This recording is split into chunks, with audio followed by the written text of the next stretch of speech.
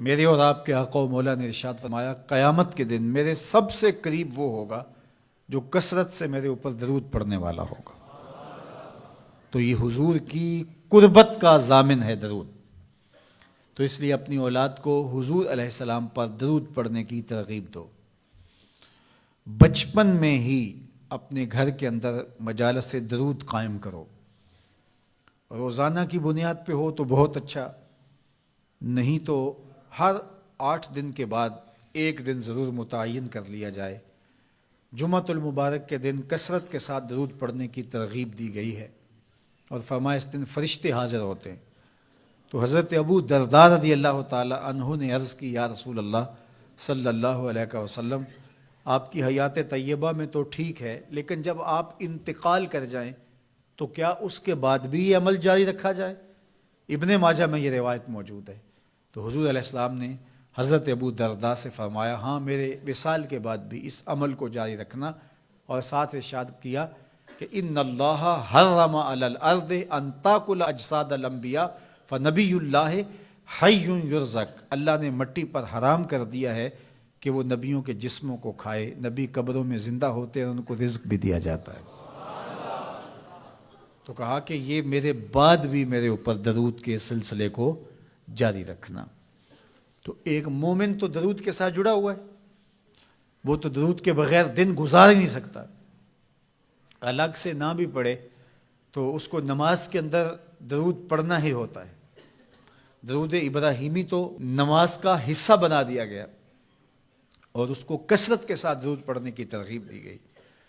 تو درود ایک ایسا وظیفہ ہے کہ جو اپنی زندگی میں جتنا زیادہ شامل کر سکتے ہو اتنا زیادہ شامل کر لو۔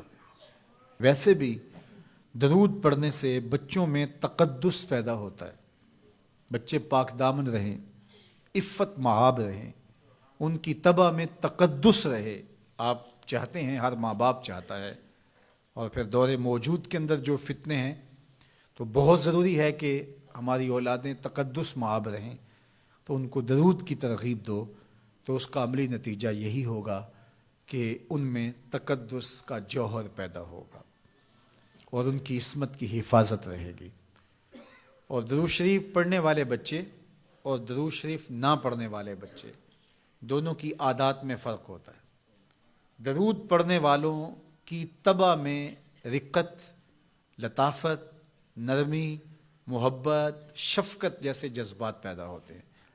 یہ درود شریف کا عملی نتیجہ ہے۔ بعض لوگوں کو شکایت ہوتی ہے کہ ہمارے بچے بڑے اکھڑ ہیں، بڑے تند مزاج ہیں، بڑے سخت گیر ہیں، تو اس کا علاج کیا ہے؟ تو اس کا علاج یہی ہے کہ ان کو درود کی تسبیح دو۔ درود اکڑ توڑ دیتا ہے، طبیعت کی تندی نکال دیتا ہے، طبائع کی تلخیاں ختم کر دیتا ہے، محمد عربی کے نام کی مٹھاس پیدا کر دیتا ہے۔ حضور کا نام شہد سے میٹھا ہے، دل آویز ہے۔ کھنڈ میں اتنی مٹھاس نہیں ہے، شکر اور گڑ میں اتنی مٹھاس نہیں ہے، شہد میں اتنی مٹھاس نہیں ہے، قند اور نبات میں اتنی مٹھاس نہیں ہے جتنی نام محمد میں رکھی گئی۔ ان کا نام لبوں پر آئے، میٹھا میٹھا منہ ہو جائے۔ ان کے بول بہاروں جیسے اور اصحاب ستاروں جیسے۔ ان سا پیارا اور نہ کوئی، ان سے بچھڑ کے لکڑی روئی۔ جب وہ سیر کو جایا کرتے، سر پہ بادل سایا کرتے۔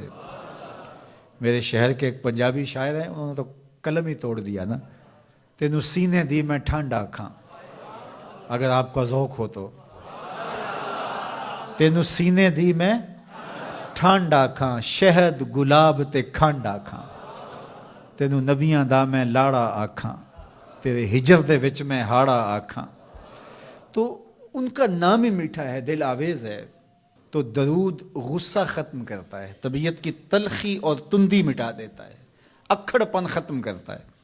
تو آپ اگر چاہیں کہ اولاد اکھڑ ہے تو ان کو کسی طرح درود پہ لے آئیں، درود کی تسبیح ان کے ہاتھ میں دے دیں، تو ان کی طبع میں نفاست بھی آئے گی، ان کی طبع میں لطافت بھی آئے گی، ان کی طبع میں رقت بھی آئے گی، ان کی طبع میں محبت بھی آئے گی، ان کی طبع کے اندر جو ہے وہ لیاقت بھی پیدا ہوگی۔